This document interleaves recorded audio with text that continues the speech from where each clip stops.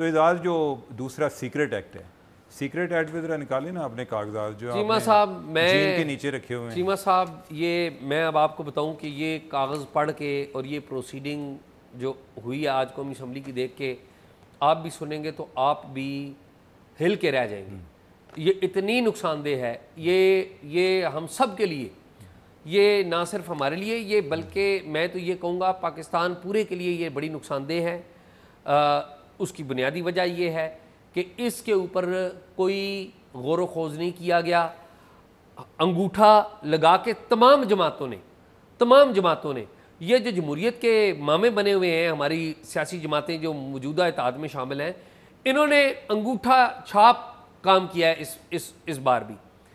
Official secret act 1923 میں آیا تھا، ٹھیک ہے، اور ٹھیک 100 سال بعد، اور اس کو آفیشل سیکرٹ ایکٹ کو اس خطے میں متعارف کروایا تھا برطانوی سرکار نے۔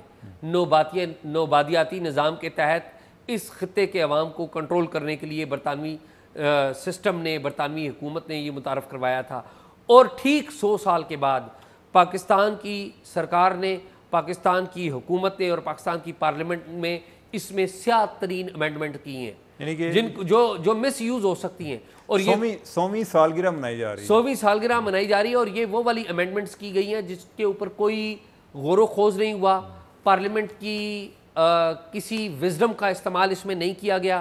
اور حیران ہوں گے آپ سن کے کہ یہ جو آفیشل سیکرٹ ایکٹ میں جو امینڈمنٹس ہیں یہ آج قومی اسمبلی کے ایجنڈے پر بھی نہیں تھے۔ اچھا، آج جب اس کے بارے میں اسپیکر صاحب نے بات کی تو جماعت اسلامی کے عبدالاکبر چترالی ہیں، انہوں نے کہا کہ جی یہ تو ایجنڈے پہ ہی شامل نہیں ہے۔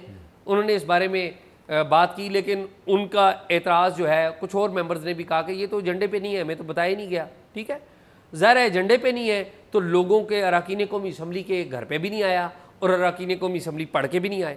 ٹھیک ہے، اب ہوا یہ کہ اسپیکر صاحب نے اس کے اوپر فوری جو ہے نا مرزا جاوید عباسی صاحب نے فوری سے پیش کیا قانون سازی کے لیے، اور اسپیکر صاحب نے فوری اس پر قانون سازی کروائی اور ووٹنگ کروا دی، اور تمام لوگوں نے بلا شرکت غیرے ayes have it ayes have it ayes have it کر دیا، اور یہ قانون پاس ہو گیا۔ اور قانون کیا ہے، یہ سب سے اہم بات ہے۔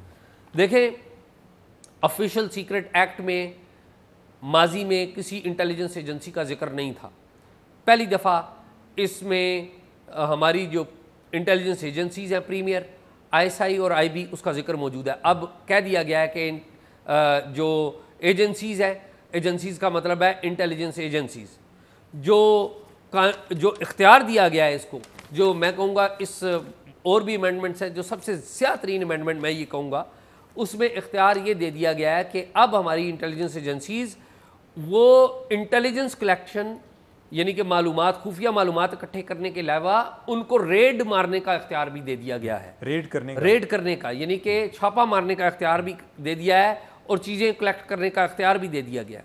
اب میں وہ پڑھ دیتا ہوں، جو انگریزی میں ہے اس کو اردو میں بھی ہم بات کر لیں گے۔ اردو میں بات کر لیں۔ جی، اردو میں یہ اختیار ان کو دے دیا ہے کہ وہ وارنٹ کے ساتھ یا بلا وارنٹ کسی بھی جگہ کا چھاپا مار سکتے ہیں، وہاں سے کسی بھی چیز کو، نہ صرف یہ کہ چھاپا مار سکتے ہیں، اور اگر ضروری ہو تو بائی یوز آف فورس، یعنی کہ طاقت کے استعمال سے بھی وہ چیزیں کلیکٹ کر سکتے ہیں، جو بھی وہاں پر ڈیوائسز ہیں، ایمونیشن ہے، ویپن ہے، نوٹ ہے، آرٹیکل ہے، ماڈل ہے، پلان ہے، اسکیچ ہے، ڈاکیومنٹس ہیں، ان کو کلیکٹ کر سکتے ہیں ایویڈنس کے طور کے اوپر، اور وہ جو ہے اس کے اوپر کارروائی ہو سکتی ہے۔ یعنی کہ انٹیلیجنس ایجنسی یعنی آئی ایس آئی اور آئی بی کسی بھی جگہ چھاپا ماریں گی، ان کے پاس وارنٹ ہے یا نہیں ہے، یہ بات ضمنی ہو گئی۔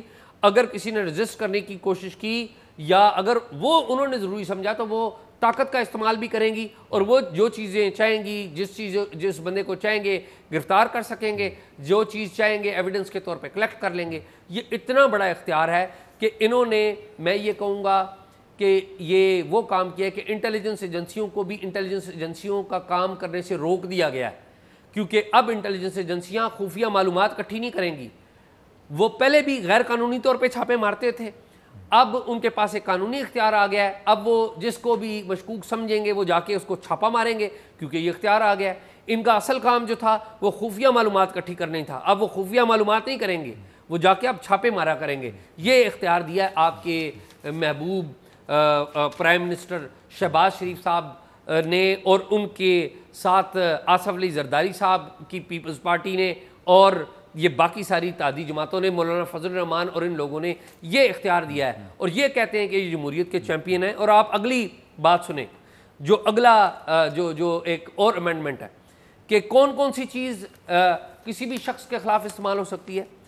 اینی ڈاکومنٹ, کوئی بھی دستاویز, چاہے وہ خالی ہے, سادہ ہے, وہ کسی چٹ کے اوپر لکھا ہوا ہے, کسی سگریٹ کی ڈبی کے اوپر لکھا, وہ that is if somebody declares a document, وہ ڈاکومنٹ ہو گیا. ریٹن اور ان ریٹن, اینی ریٹن اور in written, virtual, electronic, digital, or any other tangible or intangible instrument, and includes part of such documents the plans, measures, activities, contracts, agreements, memorandums, etc. related to procurements of supplies of or sales of munitions and related services that relates to military capability and potential and would be needed by the state in time of peace and war. یعنی کہ امن ہو یا جنگ ہو, اگر وہ supplies سے related کوئی بھی ڈاکومنٹ ہے تو وہ اس میں شامل ہو گیا. اور آپ جو کوئی بھی شخص ہے وہ کسی بھی آرگنائزیشن کے لیے اگر کام کرتا ہے, وہ آرگنائزیشن, یہ بات یہ سننا بڑا اہم ہے کہ any person who is directly, جو کوئی بھی شخص جو براہ راست یا انڈائریکٹلی, جان بوجھ کر اور انجانے میں, انٹینشنلی اور ان انٹینشنلی, ورکنگ فار اور engage with the foreign power, foreign agent, یعنی کہ غیر ملکی طاقت یا غیر ملکی ایجنٹ کے ساتھ وہ جڑا ہوا ہوگا. یعنی کہ غیر ملکی طاقت کو اب کیسے آپ اسٹیبلش کریں گے؟ غیر ملکی ایجنٹ تو سمجھ میں آ گیا ہے, لیکن اس کو ثابت کیسے کریں گے کہ وہ کسی غیر ملکی ایجنٹ, وہ غیر ملکی ایجنٹ ہے بھی؟ نان اسٹیٹ ایکٹر اور آرگنائزیشن, نان اسٹیٹ ایکٹر اور آرگنائزیشن, یعنی کہ جو پاکستان کی آرگنائزیشن نہیں ہے. مثال کے طور پہ انٹرنیشنل این جی اوز ہیں. اگر آپ عمر چیمہ صاحب کسی انٹرنیشنل این جی اوز کے ساتھ یا کسی بین الاقوامی تنظیم کے ساتھ یا تھنک ٹینک کے ساتھ جڑے ہوئے تو تب بھی آپ اس کے پریویو میں آئیں گے. اینٹی, ایسوسیشن اور group guilty of a particular act tending to show a purpose that is prejudicial to the safety and interest of Pakistan. اب انٹرسٹ آف پاکستان کیا ہے کہ مثال کے طور پہ کوئی تھنک ٹینک یہ فیصلہ کرتا ہے کہ وہ پاکستان میں یا پاکستان کے حوالے سے ہیومن رائٹس یا پاکستان میں اقلیتوں کے حقوق کی جو خلاف ورزیاں ہو رہی ہیں ان کے خلاف یا ان کے بارے میں کوئی سیمینار کرتا ہے اور آپ اس سیمینار میں شریک ہوتے ہیں, تو چیمہ صاحب آپ کے اوپر یہ قانون لگے گا اور آپ بھی گرفتار ہو سکتے ہیں.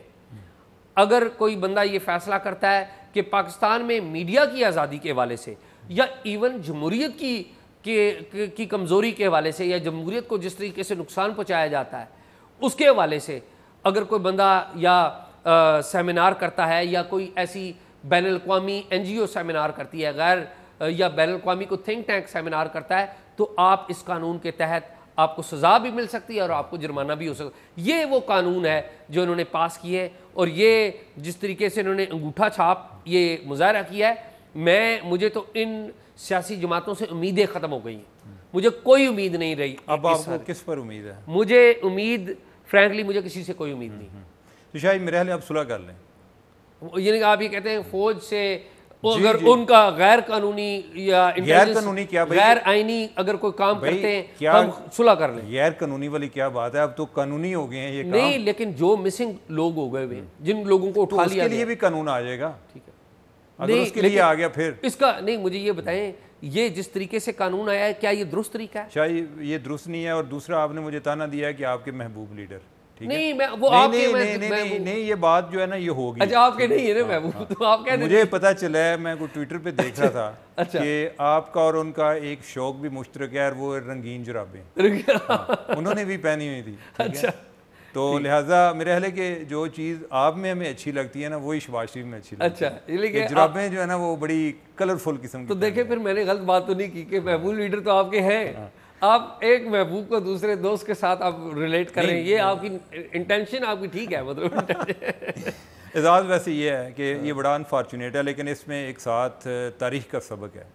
تاریخ کا سبق یہ ہے کہ ہمارے ہاں جب بھی جس کو ہم بڑا پاپولر لیڈر کہہ لیں یا پاپولسٹ لیڈر کہہ لیں، اس کے آنے سے یا اس کے ایکشن سے جمہوریت مضبوط نہیں ہوئی، کمزور ہوئی ہے۔ آپ دیکھ لیں ذوالفقار علی بھٹو کو، اس کے بعد جو ہے یعنی کہ ہم مارشل لا کی طرف گئے۔ آپ دیکھ لیں اس کے بعد جو بڑے پاپولر یا پاپولسٹ لیڈر ہے عمران خان، ٹھیک ہے، اور اس کے بعد جو ہے یہ والے جو ہے نا، یہ جو یعنی کہ ان کو یہ تو اب تو گیم ہی کوئی بدل گئی ہے نا۔ ایک ٹائم تھا جب چارٹر آف ڈیموکریسی آیا تھا کہ ہم نے کسی کا اعلیٰ کار نہیں بننا۔ اب یہ ہے کہ اب کمپٹیشن ہے کہ کس کو جاب مل رہی ہے اعلیٰ کار بننے کی، ٹھیک ہے۔ اب آپ کے پاس چوائسز بھی کم ہوتی جا رہی ہیں، ٹھیک ہے، اور یعنی کہ اس میں تو خان صاحب کا بھی قصور ہے، لیکن یہ ہے کہ یہ جو ہے نا، وہ جب لاسٹ ٹائم بات ہوئی تھی، ایک درویش کی بات سنائی تھی کہ وہ جب بھی یعنی کہ کوئی اس کو کچھ بھی ہوتا ہے نا، وہ کہتا ہے جو کرنا ہے تو کرنا ہے، وہ اللہ کی طرف مخاطب ہو جاتا ہے۔ تو کسی نے اس کو ڈنڈا مارا، اس نے اس بندے کی طرف دیکھا، اس نے کہا میری طرف کیا دیکھ رہے ہو، جو کرتا ہے وہ کرتا ہے۔ اس نے کہا کہ کرتا تو وہی ہے، میں دیکھتا ہوں کہ منہ کس کا کالا کیا ہے۔ اب یہ ہے کہ منہ کالا ہو رہا ہے انہی لوگوں کا کہ جو لوگ ایک ووٹ کی عزت دینے نکلے تھے، اب جو ہے ووٹ کو رہن رکھنے کے لیے وہ یعنی کہ وہ کہتے ہیں کہ ووٹ اب جو ہے یعنی کہ انہیں ووٹ پر اتنا یقین بھی نہیں ہے کہ ہم نے ووٹ کے ذریعے آنا ہے۔ نہیں، پہلے ووٹ کو عزت دینے نکلے تھے، اب ووٹ کی عزت لے لی ہے انہوں نے۔ ہاں، اب تو لوٹ لی ہے، ہاں، عزت تار ہو گئی ہے۔ صحیح بات۔ اور یہ ویسے اعزاز بڑا یعنی میرا خیال ہے ویسے نا لوگ جو ہیں بڑی انقلابی باتیں کرتے ہیں، لیکن میں سمجھتا ہوں کہ اگر ارتقائی عمل ہمارا چلتا رہے نا، وہ زیادہ بہتر ہے۔ انتہا پسندی جو ہے نا، جو ہم بڑے بڑی سٹیٹمنٹس دیتے ہیں، وہ سیل اچھی ہوتی ہیں، لیکن اوورآل جو ایک معاشرے میں سٹرکچرل چینجز نہیں آتی۔ اب آپ انہی پارٹیوں کی بات کر لیں نا، یہ ایک طرف جو ہے آئی ایس آئی کے لیے روتے ہیں، ٹھیک ہے، آئی ایس آئی میں پولیٹیکل سیل کس نے قائم کیا؟ ہمارے جو ذوالفقار علی بھٹو صاحب، ٹھیک ہے۔ اب یہ ہے کہ پیچھے رہ گئی آئی بی۔ اب جو ہے آئی بی جب پیپلز پارٹی تھی یا نون لیگ تھی، تو پیپلز پارٹی کے زمانے میں ڈاکٹر شعیب صدر نے لا بنایا تھا آئی بی کا، یعنی کہ وہ ڈی جی آئی بی تھے، انہوں نے کہا کہ ہمارا لا بنا دیں، ٹھیک ہے، کہ ہمیں جو ہے کسی قانون کے دائرے میں لے آئیں۔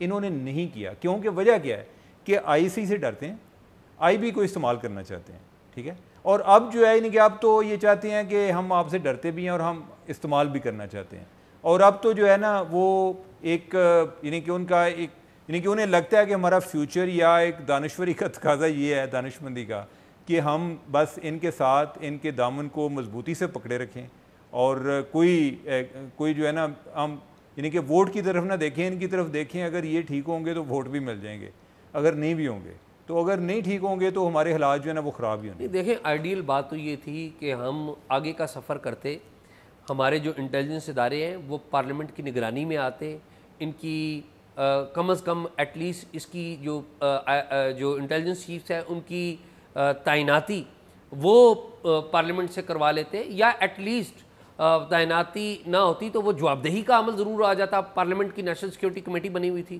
وہاں پر کوئی جوابدہی ہو جاتی، لیکن اب صورتحال یہ ہے کہ پارلیمنٹ کو جوابدہی کا خواب تو ایک طرف، آپ تو اپنے سارے اختیارات ان کو دے بیٹھے ہیں۔ شہباز شریف صاحب نے پہلے بیوروکریسی کا اختیار دے دیا کہ اب پہلے آئی بی کے پاس تھا، انہوں نے آئی ایس آئی کو بھی دے دیا، اور پھر آئی بی کا بھی نوٹیفیکیشن نکال دیا، اور اب یہ اختیار بھی دے دیا کہ جدھر مرضی جو مرضی کرے۔ دیکھیں، یہ ان انٹیلیجنس ایجنسیوں کے ساتھ بھی زیادتی ہے۔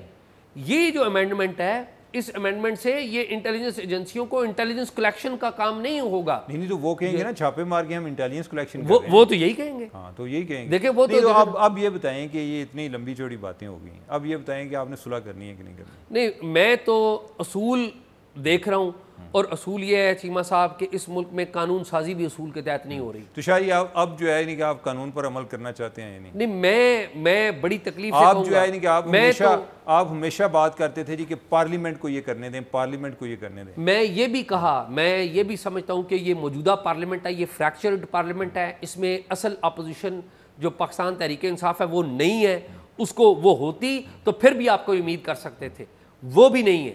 میں ذاتی طور پہ سمجھتا ہوں کہ یہ بہت زیادتی ہو رہی ہے، اور یہ جو قانون سازی ان دنوں میں ہو رہی ہے، یہ تو آپ کی پوری ملک کا سماجی فیبرک چینج کرنے جا رہی ہے، اور آپ کا پولیٹیکل فیبرک چینج کرنے جا رہی ہے۔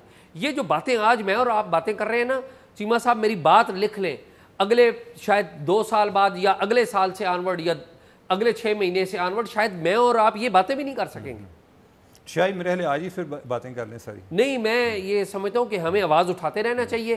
مجھے ان پارلیمنٹ سے اب امید کوئی نہیں رہی, یا آپ یہ کہنا کہ مجھے آپ بتائیں نا کہ کس سے امید لگائیں. مجھے امید رہ گئی ہے صرف لوگوں سے.